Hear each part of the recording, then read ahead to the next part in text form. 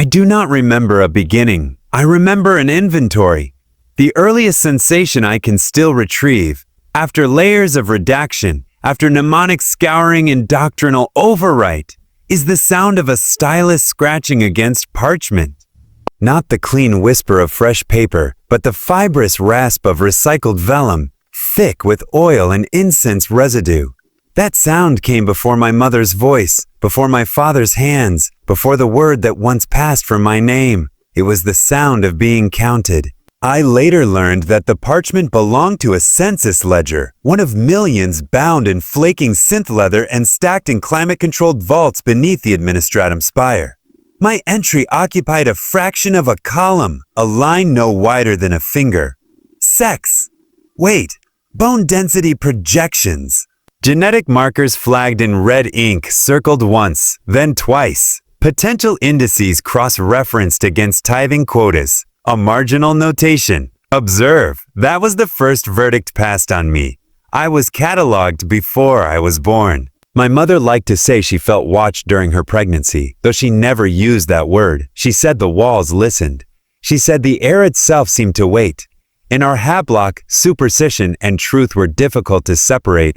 Both were enforced by fear. Both were enforced by fear. We lived in a stacked cylinder of ferrocrete and rusted plasteel. 12 levels of identical units, each one no larger than a cargo container. The corridors smelled of boiled algae, waste solvent and incense burned to appease malfunctioning machinery spirits. Every surface sweated condensation. Every sound echoed too long. The midwives came from the lower levels, sanctioned but distant, their faces hidden behind rebreather veils and stamped purity seals. They brought equipment wrapped in wax cloth and spoke little, recording more than they comforted. When I was born, they took blood before they cut the cord. I am told I did not cry until the needle was withdrawn, and even then it was brief, restrained, as if I already understood the futility of protest. That blood did not belong to my family. It never would. Officials visited within a week. They wore gray robes, not the stark black of the enforcers, not the sacred red of the Mechanicus, but the color of old ash. Their hems were embroidered with sigils denoting departments so nested and ancient that even they could not name them without consulting reference slates. Their faces were pale, hairless, and marked with data plugs along the jaw and temple. One of them smiled at me. I have spent my life trying to understand why that memory disturbs me more than the others. They spoke to my parents in hushed tones, using words like service and aptitude and destiny. They spoke as if these were blessings, not sentences. My mother clutched me so tightly that I could feel her pulse against my skull, frantic and arrhythmic. My father stood rigid, hands clenched, jaw set in the expression he used when dealing with ration officials, anger strangled by fear. I do not remember their exact words, but I remember the cadence. It was rehearsed, sanctified by repetition, a litany of inevitability. The Imperium requires, the Imperium provides, all are born to serve, some simply serve sooner. They left behind a token, a stamped seal affixed to our hab door, a mark denoting compliance and observation. After that, the visits became routine. Silent men and women would stand at the edge of the room while I slept, lumen rods casting harsh white light over my crib. They measured my breathing, my reflexes, the dilation of my pupils. They recorded how I responded to sudden noise, to pain, to absence. My mother learned to sit very still during these sessions, her hands folded in her lap, eyes fixed on the floor. My father stopped speaking altogether. Son, I grew up under scrutiny so constant it became the air I breathed. Children learn quickly what is normal. For me, normal was the presence of watchers who did not blink, who smelled faintly of antiseptic and machine oil, who never used my name. They referred to me by designation codes that changed with each assessment cycle. I learned to recognize approval not by praise, but by the absence of correction. Names are dangerous things in the Imperium. They imply individuality, and individuality invites deviation. My parents used mine sparingly, as if afraid it might be overheard and taken away. I learned early that silence was safer than speech, stillness preferable to movement. When I did speak, I chose my words carefully, mimicking the clipped, formal tones of the officials. They noticed. That too was recorded. At 3 standard years, I underwent my first formal testing. They took me from the hab block under the pretense of a medical evaluation, though the paperwork, later shown to me during indoctrination, listed the procedure as preliminary resource assessment. My mother protested. Her voice rose, cracked, broke. My father attempted to block the doorway. An enforcer placed a hand on his shoulder, not roughly, not gently, and spoke a single word: compliance. The protest was recorded.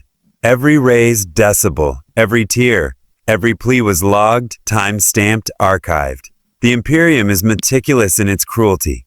Nothing is wasted, not even grief. I remember being carried down the stairwell, past flickering lumen strips and graffiti etched by forgotten hands. I remember the smell of ozone from the transport shuttle, the way the harness bit into my shoulders as it locked me in place. I remember looking back once through the narrow viewport and seeing my parents framed by the hab block entrance, reduced to indistinct shapes by distance and exhaust fumes. My mother's mouth was open. I do not know what she was saying. I never will. The facility was underground, as most important things are. Layers of security peeled away as we descended, identity checks, biometric scans, doctrinal affirmations recited by rote. The air grew colder, drier, scrubbed of all scent except disinfectant and incense. The walls were smooth, seamless, devoid of decoration save for aquilate etched at regular intervals. No windows, no clocks. Time, like mercy, was not considered essential. They took me to a chamber filled with machines I did not understand and tables I was too small to climb onto without assistance. A woman in gray robes lifted me with practiced efficiency and placed me on cold metal. She spoke softly, not to comfort me, but to ensure compliance. Her voice was calm, emotionless, precise. She told me to be still. I was. Needles pierced my skin. Lights flashed. Sounds hummed and whined. I remember the taste of copper in my mouth, the way my vision blurred at the edges. I did not scream. Somewhere in the chamber, a servitor recorded my vital signs, its flesh-metal hybrid body twitching in response to data spikes. A notation was made. Another circle drawn in red ink. Afterward, they gave me a nutrient wafer and returned me to my parents with a certificate of provisional clearance. My mother wept when she saw me, pressing her face into my hair, breathing me in as if afraid I might vanish. My father thanked the officials with a bowed head and clenched fists. Gratitude was expected. Relief was permitted. Questions were not. The years that followed were a slow tightening of invisible chains. The watchers came more frequently. The tests grew more invasive. I learned to read their faces, to anticipate their expectations. I learned that compliance was rewarded with neglect, and neglect was the closest thing to freedom I would ever know. They taught me my first lesson without ever stating it aloud. My life already belonged to something vast and indifferent. The Imperium does not recruit. Recruitment implies choice, consent, the illusion of agency. The Imperium harvests. It identifies resources, cultivates them, extracts value until nothing remains. This is not cruelty. This is efficiency. This is survival on a galactic scale.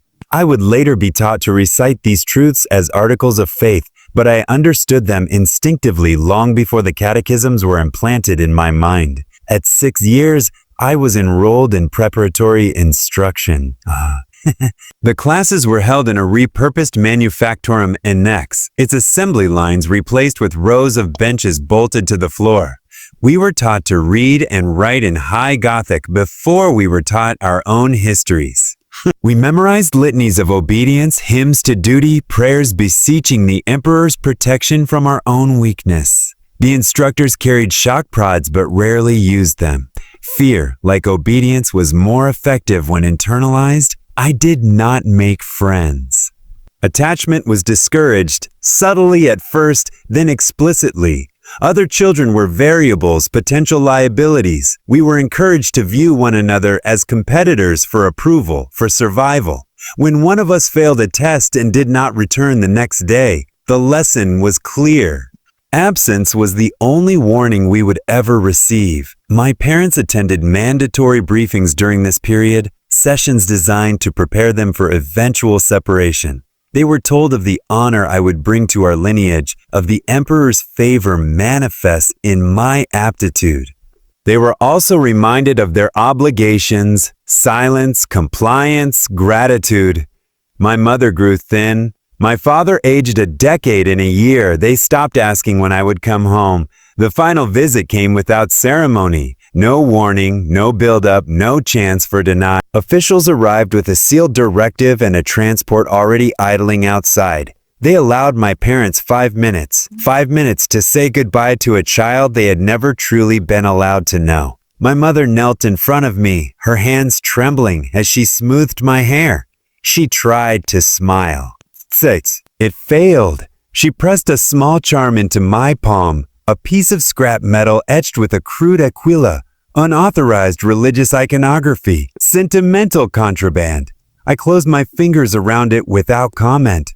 The watchers did not intervene. The moment was already accounted for. My father stood behind her, silent, his eyes fixed on a point somewhere above my head. When he spoke, it was only to say my name. Once. The way one might say a prayer they no longer believe will be answered. I was taken. The door sealed. The seal on the hablock was updated to reflect compliance complete. My parents were given a certificate of contribution and a modest increase in ration allocation. Their grief was noted, archived, and disregarded. As the transport descended into the depths, I felt something settle inside me, heavy and cold, not fear, not anger, acceptance. The Imperium had claimed what was always its own. I was not being punished. I was being used. The first thing they taught me was not how to fight or how to kill or how to pray. The first thing they taught me was that I was already owned, and that understanding this was the foundation upon which everything else would be built. That lesson has never been unlearned. They did not call it a prison. Prisons imply punishment, and punishment implies wrongdoing. I had done nothing wrong. I had simply been selected. The transport delivered me to the Scola at the end of a corridor so long and narrow it felt like being swallowed. The walls were adamantium-reinforced stone, stained by centuries of incense smoke and chemical disinfectant. Lumen strips embedded in the ceiling cast a pallid, unwavering light that erased shadow without offering warmth. There were no windows, no visible doors, only pressure-sealed bulkheads that opened when authorized and closed with the finality of a tomb. A sign was mounted above the intake chamber. Not a names or inefficient, but a motto etched in high Gothic and picked out with gold leaf that had dulled with age. Faith is obedience. Obedience is survival. I was stripped upon arrival, not ceremonially, not cruelly, efficiently. My clothes were bag tagged and incinerated before my eyes. Identity contamination risk, they explained. I was scrubbed with antiseptic so strong it burned my skin raw, then issued a uniform, gray fatigues, coarse and ill-fitting, marked only with a numeric designation stitched at the collar. Sang. No insignia, no rank, no indication of future, just a number, provisional and revocable. They shaved my head and implanted my first tracking stud behind the left ear. The pain was sharp, brief, and instructive. I did not cry. Someone noted that. Orientation lasted precisely 17 minutes. An instructor in black carapace armor addressed the intake cohort, 37 of us standing barefoot on cold stone. His voice was amplified metallic, stripped of warmth by vox grills. "Oh, you are not children," he said. "You are assets under evaluation. Some of you will graduate. Most of you will not. Failure is not punished. Failure is removed. No questions were invited. None were asked. Time ceased to have meaning inside the Scola. There were no days, only cycles marked by bells and pain. Sleep came in regulated intervals, restraints locking our limbs to narrow cots to prevent unauthorized movement. or unauthorized thought, as one instructor phrased it. Dreams were monitored, deviations were corrected. Training halls were vast, sealed chambers whose walls disappeared into darkness above the reach of luminous rays. The floors were scored with old impact marks, stains scrubbed but never fully erased. The air was thick with the smell of oil, sweat, and ozone. Every surface bore purity seals, their parchment edges curling with age, wax cracked but unbroken. Warning sigils glowed faintly in recessed panels, reminders of both sanctity and consequence. We learned to kill before we learned to rest. The first weapon they placed in my hands was not a blade or a gun, but my own body. Balance drills, endurance trials controlled deprivation. We were starved, then fed just enough to function. Thirst was used as incentive. Pain was introduced gradually, cataloged meticulously. Each shock from the prod was accompanied by a verbal correction, a lesson reinforced through nerve and muscle. Again, the instructor would say, voice flat, as the prod bit into my ribs. A correct, he would say when the strike landed true, no praise, just confirmation. Mistakes were communal lessons. When one of us failed, all of us paid. We were made to watch disappearances. A student would be called forward, escorted through a side door, and never return. Their bunk would be stripped within the hour, their designation reassigned by the next cycle. We learned not to ask where they went. We learned not to remember them. Sleep deprivation blurred the edges of reality. Under the harsh lumen glare, faces became masks, voices echoes. We recited catechisms until the words lost meaning and became rhythm, a lullaby of obedience. I exist to serve. In me will is not my own. A doubt is corruption. Instructors corrected posture with blows and ideology with ritual shame. No one was permitted to look away. That night, restrained on my cot, I stared at the ceiling and felt nothing. No horror, no sorrow, just a quiet understanding settling deeper into my bones. This was not training to survive. This was training to be useful.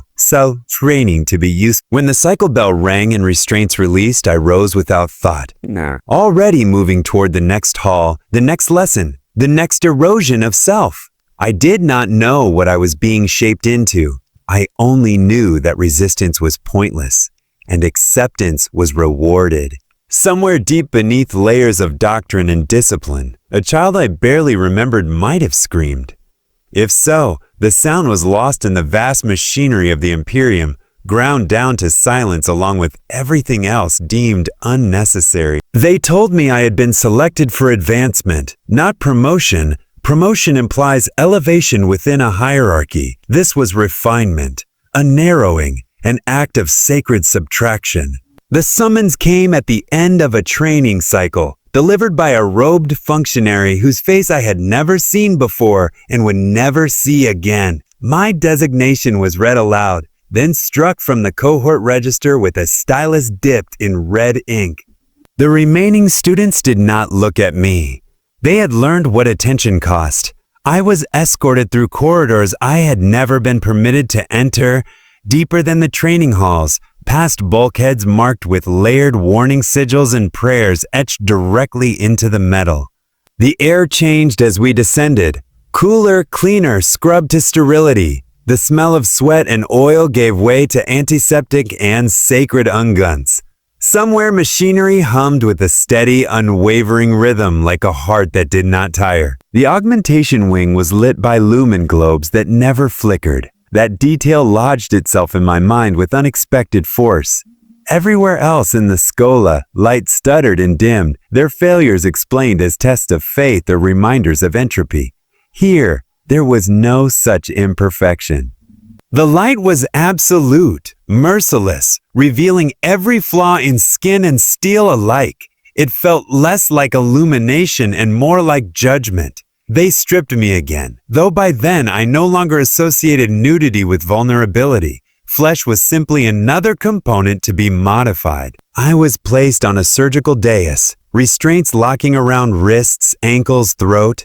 The metal was cold, polished to a mirror sheen that reflected a distorted version of my face back at me.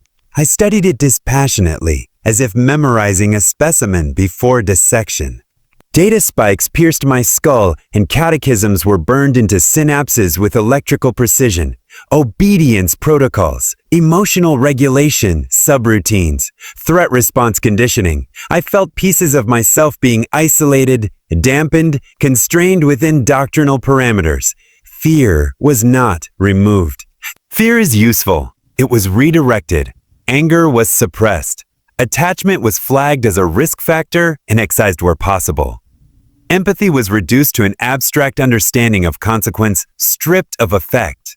I remained aware throughout, encouraged to observe the process as a lesson in humility. Perfection, they taught me, is not painless. It is purchased. Time lost all meaning on the dais. I do not know how long the procedures lasted. Days, weeks, perhaps longer. Sleep was induced in controlled bursts, never deep enough to escape sensation entirely. Each time I woke, something else had been changed. At one point, a junior adept made an error. A tool slipped, pain spiked beyond the calibrated threshold, and I cried out before I could stop myself. The sound startled me. It felt foreign, an artifact of an earlier iteration of self. The Magos paused, mechadendrites freezing mid-motion. A vocalization noted, he said, emotional residue persists. The correction was immediate. A new implant installed without anesthetic, its activation accompanied by a surge of icy calm that washed over the pain, not diminishing it, but distancing me from it. The sensation remained, but it no longer felt mine. Approval was logged. I learned then that even suffering could be optimized. When the final procedures were complete, they unstrapped me and assisted me to my feet. My movements were unsteady at first, my altered musculature adjusting to its new parameters. Servitors monitored my vitals, their blank faces reflecting nothing. I performed within optimal parameters. Pain tolerance exceeded projections. Emotional variance remained within acceptable limits. They spoke of me now in different terms. Not sedund, not asset under evaluation.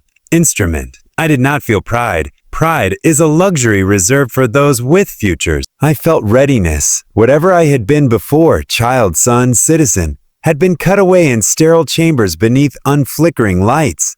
In its place stood something purpose-built, honed by suffering and sanctified by doctrine. A weapon awaiting deployment. My first assignment arrived as paperwork. Not orders shouted across a parade ground, not a whispered command delivered in shadow, but a data slate placed reverently into my hands by an administratum adept whose fingers shook with the weight of it. He looked up when I entered. His eyes widened. His mouth opened. I did not allow him to speak. The blade entered beneath the ribcage, angled upward as I had been taught, piercing heart and lung in one practiced motion. After the first, the rest came easier. Not because the acts themselves grew simpler, but because they blurred together, edges worn smooth by repetition.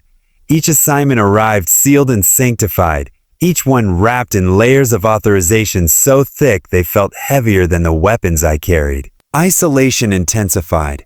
Between assignments, I was denied interaction with others like me. Cross-contamination of thought patterns, they said. Individuality breeds variance. Variance breeds risk.